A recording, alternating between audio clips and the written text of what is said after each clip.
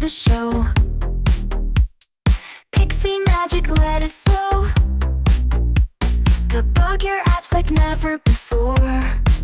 On Kubernetes we will explore. Instant insights right on screen. Open source, the dream machine. From logs to tracing, all in line. Debugging tools so fine. Pixie powered debug with ease. Streamlined coding guaranteed. Kubernetes, our playground. Come and see the knowledge found. Real-time data in your hand. Understand each command. Performance issues melt away. Pixie guides your way. Open source community. Join us in serenity. Coding made simple, it's a blast. Pixie first won't be the last. Automatic traces, quick and smart. Every error set apart. Let's dive into the code anew. Pixie's here to see you through.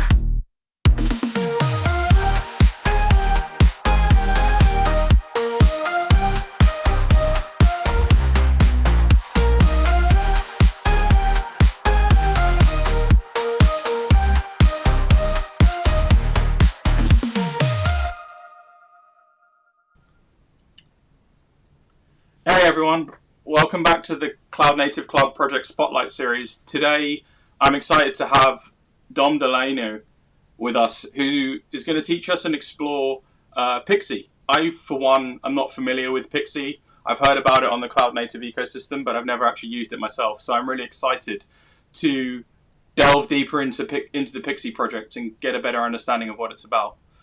Dom, thanks for joining us. Could you kind of briefly introduce yourself and share what drew you to the Cloud Native space?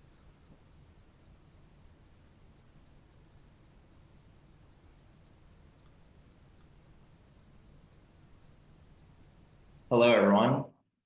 Thank you, Cloud Native Club and Steve, for hosting me. I'm very excited to be here.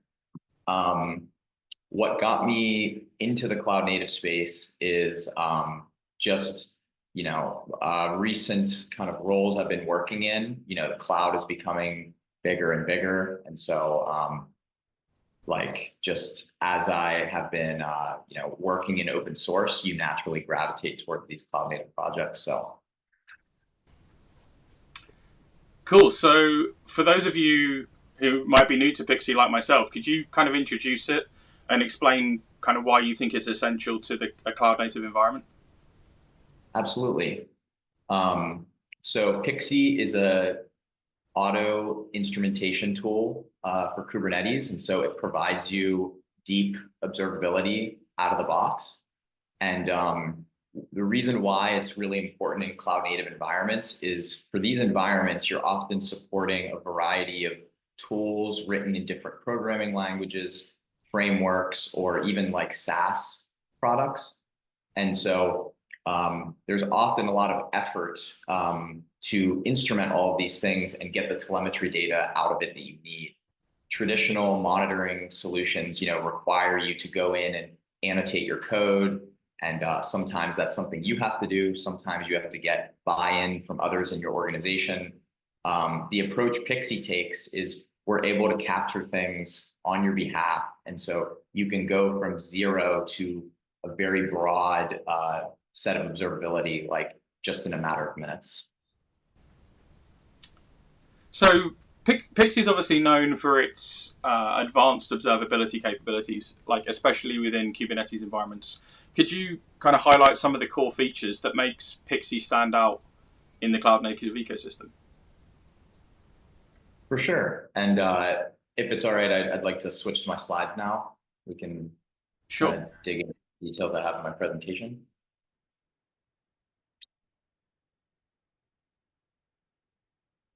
All right, just before we jump into those core things, I'll just give myself a brief introduction. My name's Dom. I'm a core maintainer for the CNCF Pixie project. Currently, I'm co-founder and CEO of Cosmic, which is a enterprise observability platform that uses Pixie under the hood. It's basically going to be an open core model where supporting the open source project is going to be one of the primary goals. Previously, I've been doing eBPF and observability at CrowdStrike, New Relic, and Twitter. I actually got involved with the Pixie project back in 2021 as an end user at Twitter. There I was on the observability team, providing observability tools to the rest of Twitter engineering. And I got involved with Pixie because I felt it was going to solve some of Twitter's use cases.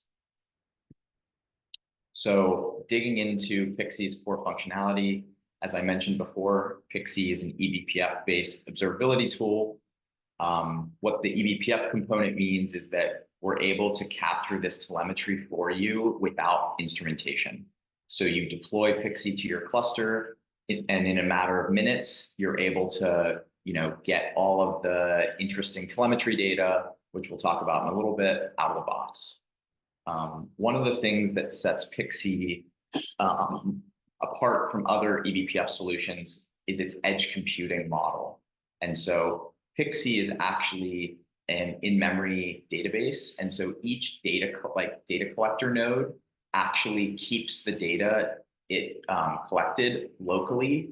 And when you go to query or access it, Pixie has this distributed query engine that allows you to query each of the nodes and have efficient retrieval if data only exists in certain places. The third thing is that Pixie is really API driven, and so it's extremely scriptable.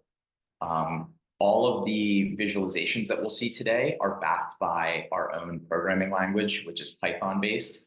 And the visualizations themselves are also you can change and modify them. And so the UI is completely customizable by you, and our APIs give you access to all of this data. So we'll give a brief overview of Pixie's architecture. So I mentioned before, the goal is the ability to debug your applications without you spending time instrumenting it.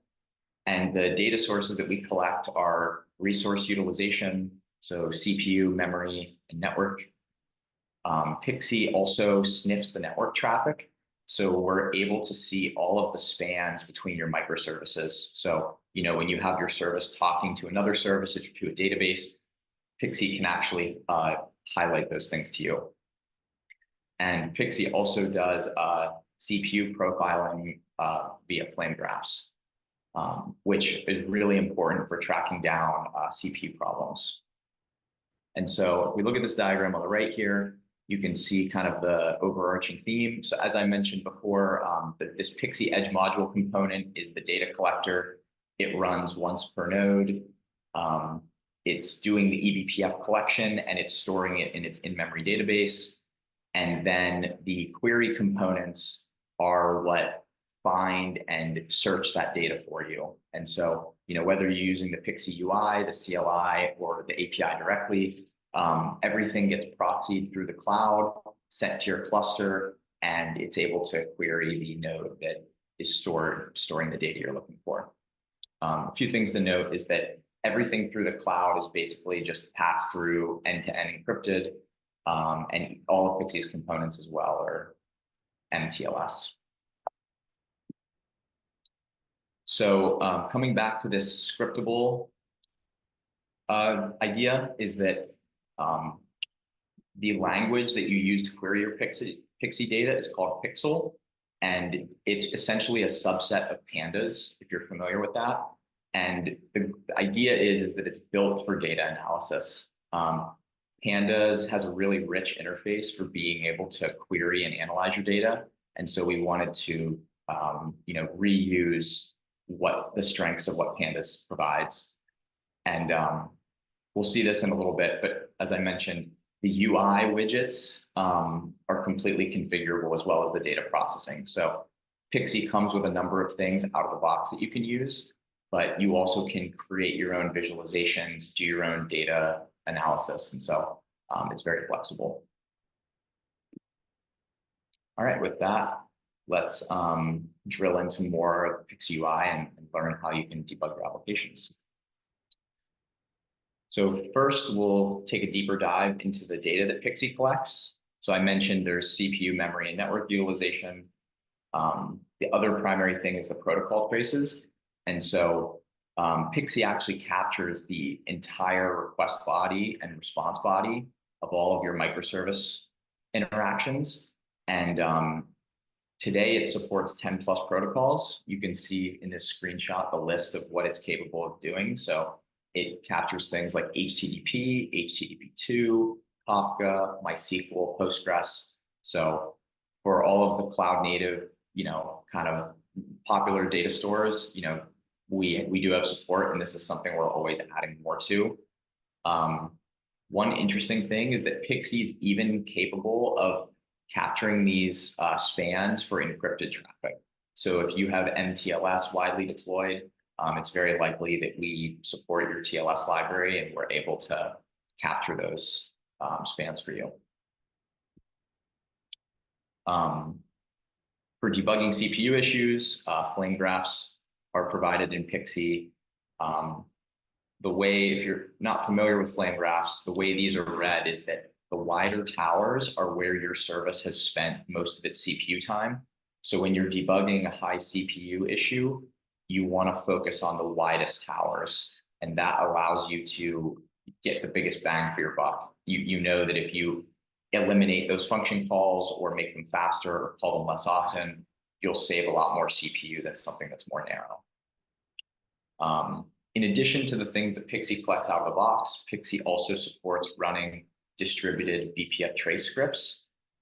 If you aren't familiar, BPF trace is a CLI BPF tool that essentially lets you write high-level scripts that hook into the kernel and other parts of Linux so that you can, measure TCP latency or, see like what files are being opened. And so that BPF trace tool has become very popular, but it's centered around running it on an individual host. Pixie's Pixel language actually allows you to embed these scripts and run them in a distributed fashion. And so you can, aggregate and analyze across your whole fleet and not just from an individual host. So the kind of core of Pixie's debugging experience happens within the live UI component, which we'll see when we get to the demo. As I mentioned before, you can see this little script, the px/cluster label at the top. And this is a Pixel script. And there's many dozen that provided out of the box that developed within the community. And these provide like an APM-like experience.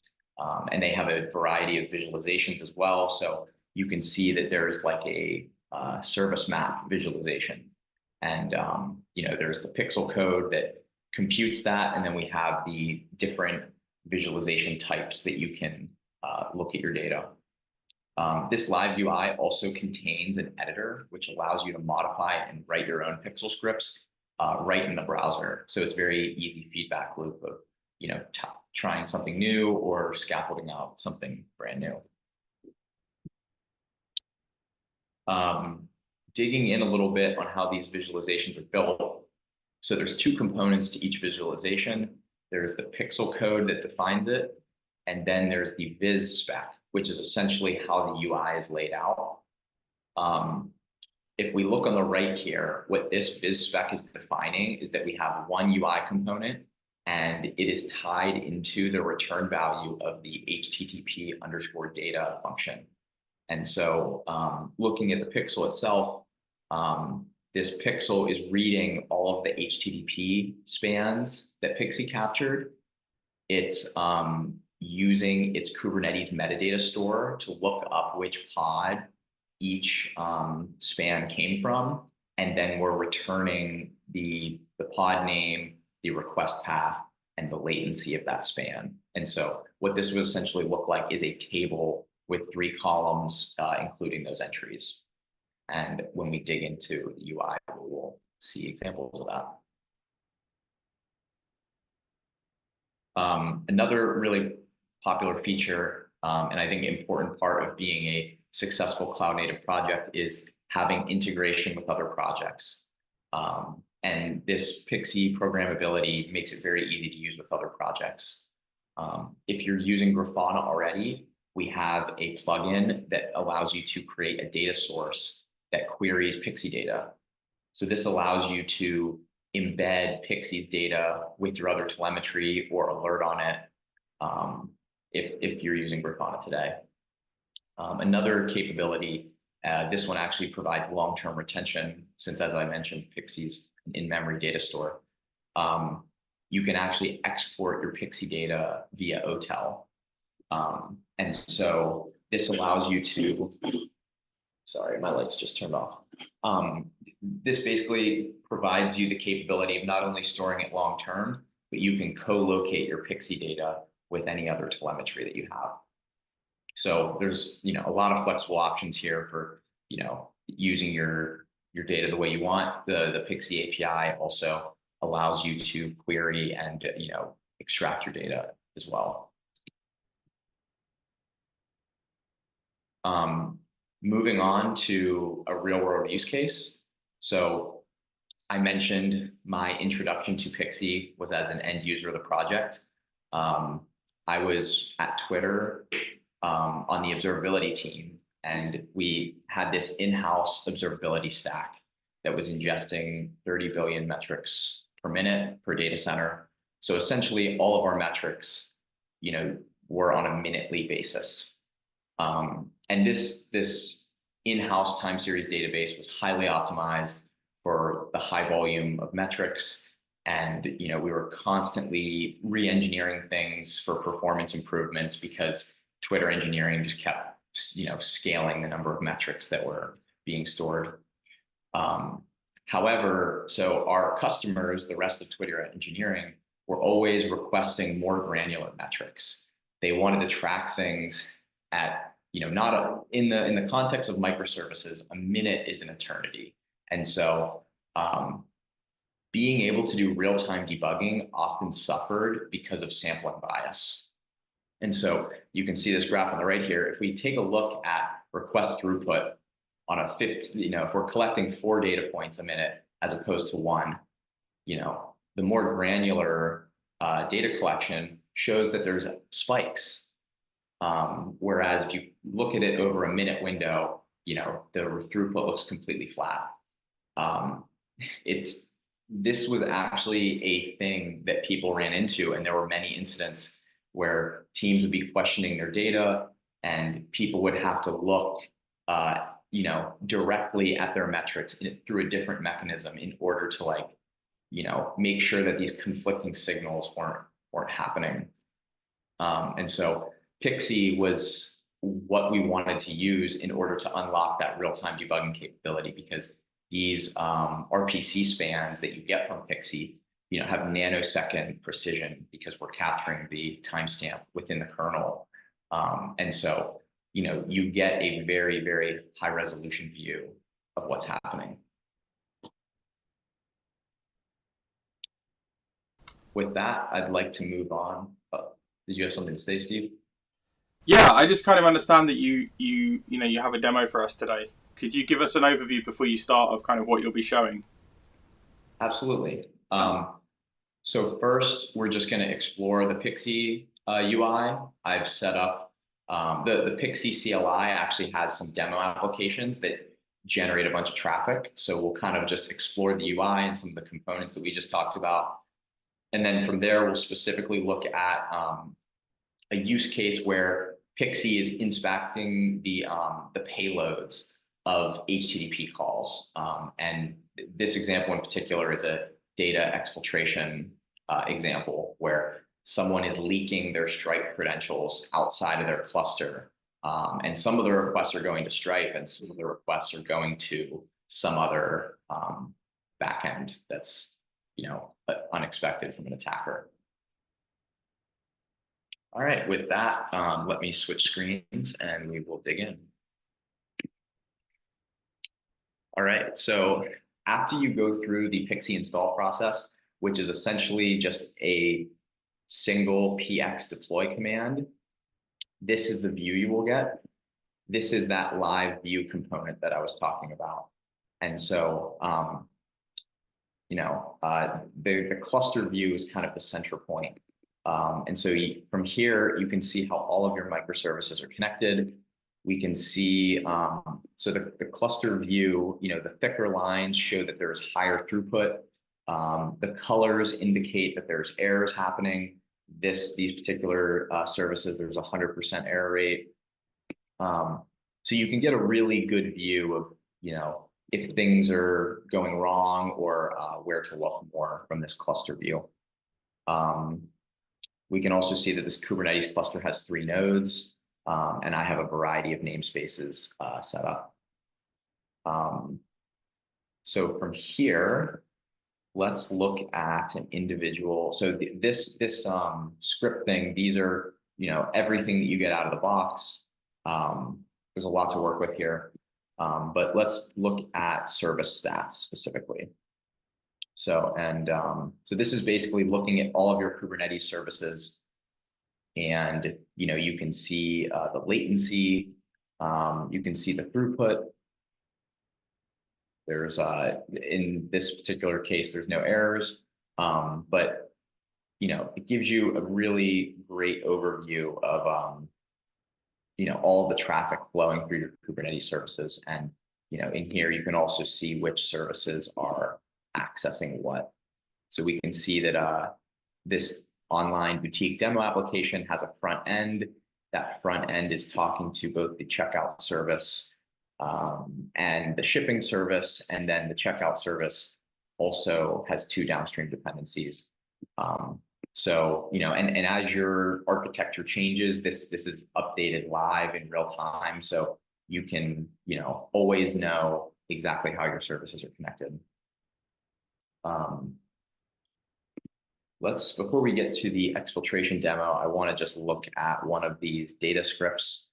So this is essentially a table of all of the HTTP traffic in your cluster. So you can see that for cases where there is not a pod, Pixie just shows you the IP address, but where it knows that these are Kubernetes entities, it will actually populate that for you. These links are actually clickable. So you can click here and it'll bring you to a different Pixel script. And this is all configured through Pixel, so you can define these links yourself. So that's really neat. And then going back to the HTTP example, if we click in here, we can see all of the details for this single entry. Like we can see that there's all of the HTTP headers. The request body in this case is empty, but you're able to see like the entire request and response here. And when we get to the next part, we'll see how we can use that to detect if something nefarious is happening. One last thing I wanted to show is this is the in-browser editor that I was talking about. So this Pixel script here basically defines this HTTP data function. It queries all of the HTTP spans, does the annotations, and then if we go to the viz spec side of things, this is where we have a UI widget. It's a table.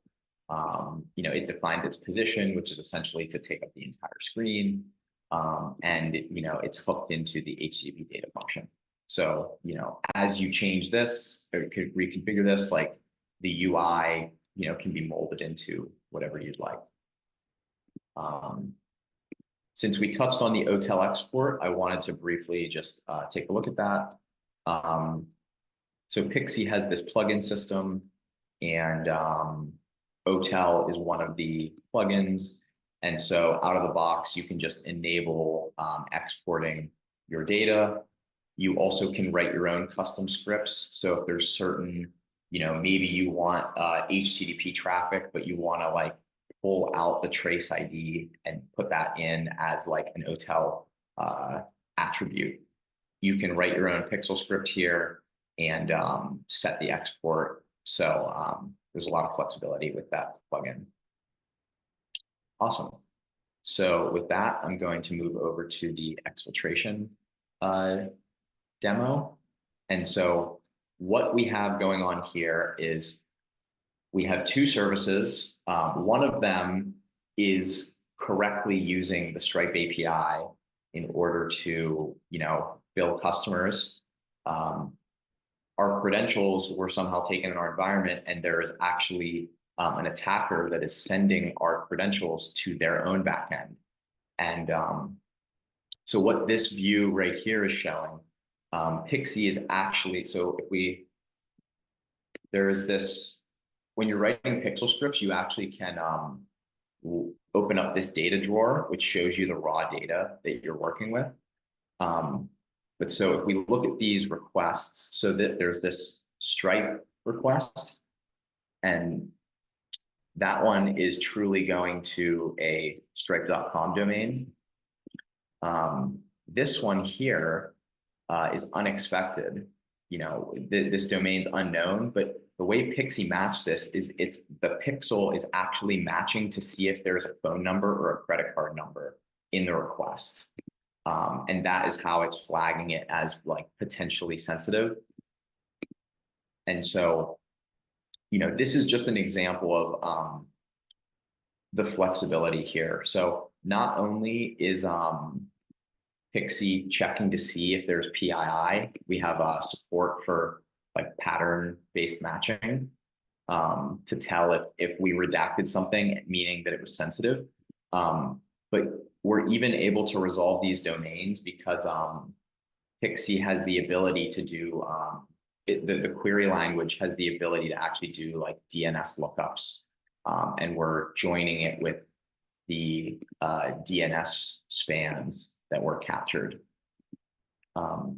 Another thing to point out here is that, the true Stripe traffic, we're able to detect that the traffic is happening over a TLS connection, whereas this attacker's exfiltration is not. So not only is this attacker sending it to themselves, but it's going plain text over the internet, which is really bad.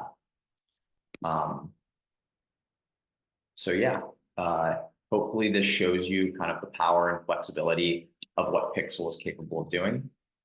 And yeah, with that concludes my demo. That's great. Thanks very much for that, Dom. It was super insightful. So yeah, if you were watching along on the Thanos project spotlight, you'll know that we've got a little tradition going with these project spotlights where the previous guest asks a question for the next guest.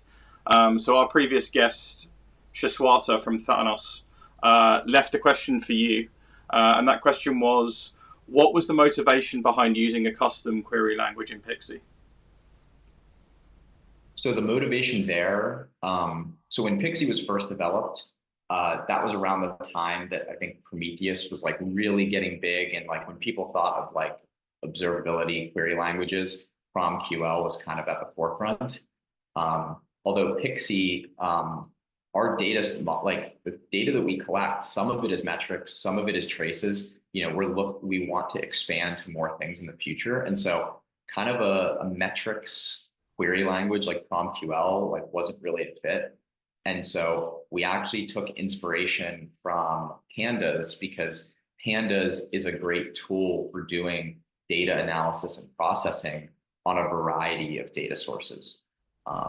So while we didn't want to create our own language, the idea was that Pixel would be essentially a subset of Pandas because Pandas is something that the open source community is familiar with.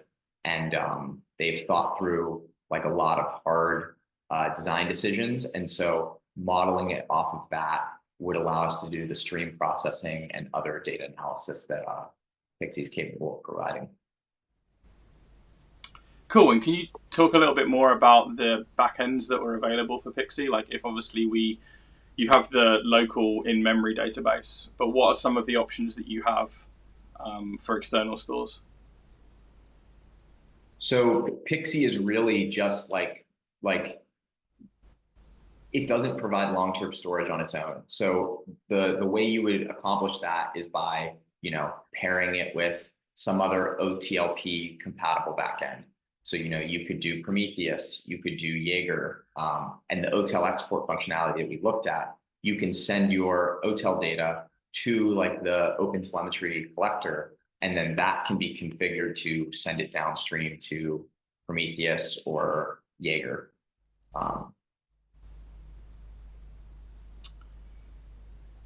Okay. Does anyone else in the community have any other questions directly for Dom? I know I've got a couple, but I'll let you guys get in front of me. I'm unable to see the chat, so if there's anything that pops up, just if you could repeat it. Sure. Cool. Whilst we're waiting, I've got one. What features of Pixie are you most excited about, and kind of how do you see them evolving in the future? Yeah, so we are about to release MQTT protocol support. That's been in the works for some time, but it's shaping up, so that's coming down soon. I'm also very excited about, there is our OTel export currently supports metrics, spans, and summary data types. We are going to be getting OTel exponential histogram support soon, which I think is very exciting because oftentimes with like, so previous style of histograms in Prometheus were very expensive. The native histogram type actually is much more efficient, and it actually allows you to query the data if the bucketing is different. So Pixie's OTel export will be supporting that soon, and I think that's going to be a really nice addition for tracking like microservice latency, because oftentimes like, you want to know P99s, and you don't need to aggregate across all the raw data. You could have your pre-aggregated histogram to track SLOs or other things like that. And then the final thing is that, sorry, I forgot I had this slide. So Pixie's flame graphs, what's really nice about Pixie is it provides the ability for you to query, all of the flame graphs across your cluster. In a recent Go release, there's this thing called profile guided optimization, which means that you can take a CPU profile like a flame graph and feed it into the Go compiler, and it will optimize your program based on the code paths that your application uses. Now, oftentimes this is challenging because you need a representative view of what happens in production for these to be useful. Now, because Pixie's, actively watching all of your services, it's going to be capable soon of exporting these profiles for you and make it very easy to feed it into your build process. So that is another change I'm actively working on, really excited about. A personal one for me is, what have been the biggest lessons learned from maintaining a project like Pixie? So lessons learned. So I guess a little bit more broadly, like I came in as a end user and then eventually turned into a maintainer. I think getting involved with open source, like for me, like being very curious helped. Honestly, I did not work with eBPF or C++ or some of the things that Pixie was doing at the time. And so you don't need to be an expert in order to make a meaningful contribution to a project. And so going back to your question about like learning about projects, is the way I was able to get involved and be successful was because the community was very welcoming and great. And so I will say that like fostering a community and working with people who are interested in and trying to use the project is really valuable from both sides, from the maintainer side and also from people looking to get involved, either using or trying to be a part of the project. And what excites you most about working on Pixie and kind of keeps you motivated? Yeah, so before getting into developing observability tools, I was always I was in the SRE side of things, and so I've had many battle scars from debugging things in production and not having the data that I needed to, fix incidents.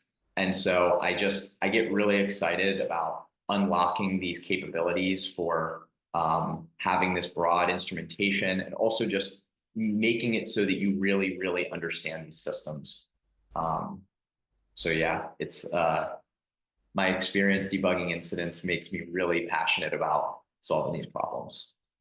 Yeah, there's probably a whole nother podcast series where we can talk about horrific incidents and the lessons that we've learned from them. Maybe we'll kind of start that one in the future. And the kind of final question from me is like an interesting kind of open-ended question, which was, what do you think are the biggest misconceptions about observability?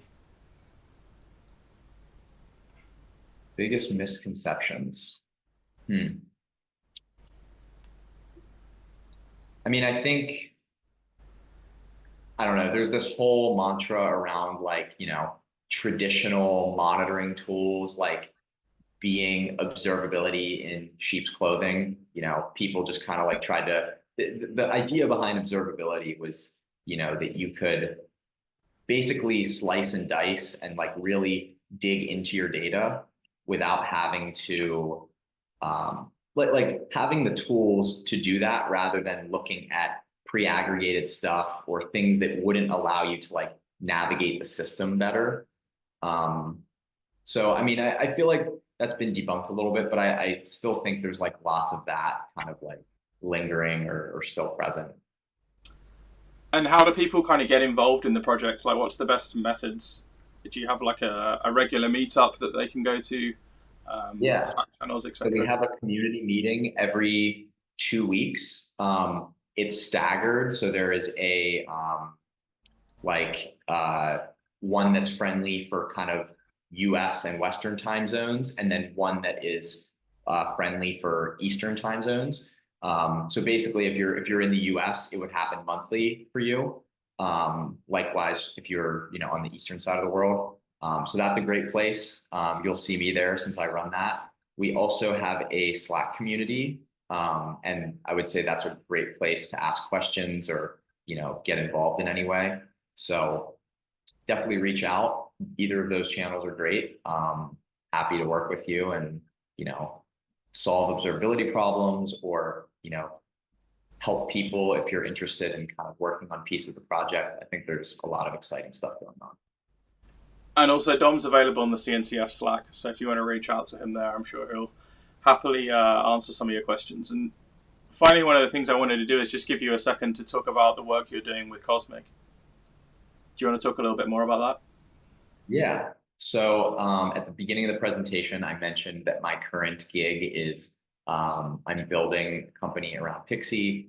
The idea behind Cosmic is that Pixie gives you this great like raw data source of all of your telemetry. The ability to see all of the microservice interactions is really powerful. But what I think what a challenge with Pixie and other observability tools today is that observability data is often very high volume and low value in certain cases. And so even if a problem's present, you're not really capable to like extract the insights or like the problems out of your underlying data. And so that's the problem that Cosmic is trying to solve. Where I think Pixie currently captures a lot of interesting data. We do the spans and we do CPU flame graphs and some of the other table stake stuff. But I think there's more data sources that Pixie is capable of collecting, and that will really unlock the ability to, get insights and correlations out of your data. So it's still in the very, very early stages right now. It is a hosted Pixie provider. So you are either able to use the New Relic hosted cloud or the Cosmic cloud. This is all spelled out in the Pixie docs. You're also able to run your own cloud, but for a more streamlined experience, it's probably best to start off with something hosted. But yeah, I'm really excited to keep building on Pixie with the community, and Cosmic is also going to be releasing some cool stuff as well. So I've shared the Cosmic URL in the YouTube chat there, and hopefully in the new year we can get you back on and you can talk a little bit more about all the wonderful features that you're going to be building with Cosmic. So For sure. yeah, as you're aware, we have a tradition on this show where this current guest leaves a question for the next guest. Dom, what's your question for Jim from the Kyverno project? Hey, Jim. So I am really interested to hear more about what types of integrations the Kyverno plugin system is capable of. I saw that there was a recent revamp, I think in one of the most recent releases. And in addition to that, like, how would I get started creating a new plugin if I wanted to do that? 2 questions for the price of 1. That's great. So yeah, all I want to say, Dom, is thanks so much for joining and sharing your insights into Pixie, and thanks to everyone who tuned in. Don't forget to check out Pixie at px.dev, and stay connected with the Cloud Native Club on Twitter, LinkedIn, and YouTube.